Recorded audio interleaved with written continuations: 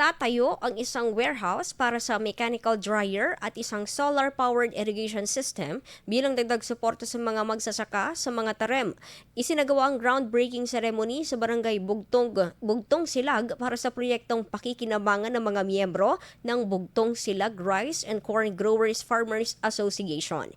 Ang warehouse para sa mechanical dryer ay mula sa Department of Agriculture, Philippine Center for Post-Harvest Development and Mechanization, habang ang solar-powered irrigation system ay mula naman sa Department of Agriculture, Bureau of Soils and Water Management. Pinangunahan ng programa ng Agricultural and Biosystems Engineering Office, katuwang ang mga opisyal ng samahan at mga barangay officials. Inaasahang makatutulong ang solar-powered irrigation system sa pagpapalawak at pagpapatatag ng supply ng patubig sa mga sakahan, habang itatayong warehouse at mechanical dryer ay magbibigay ng maayos na pasilidad para sa pagpapatuyo at pag-iimbak ng ani.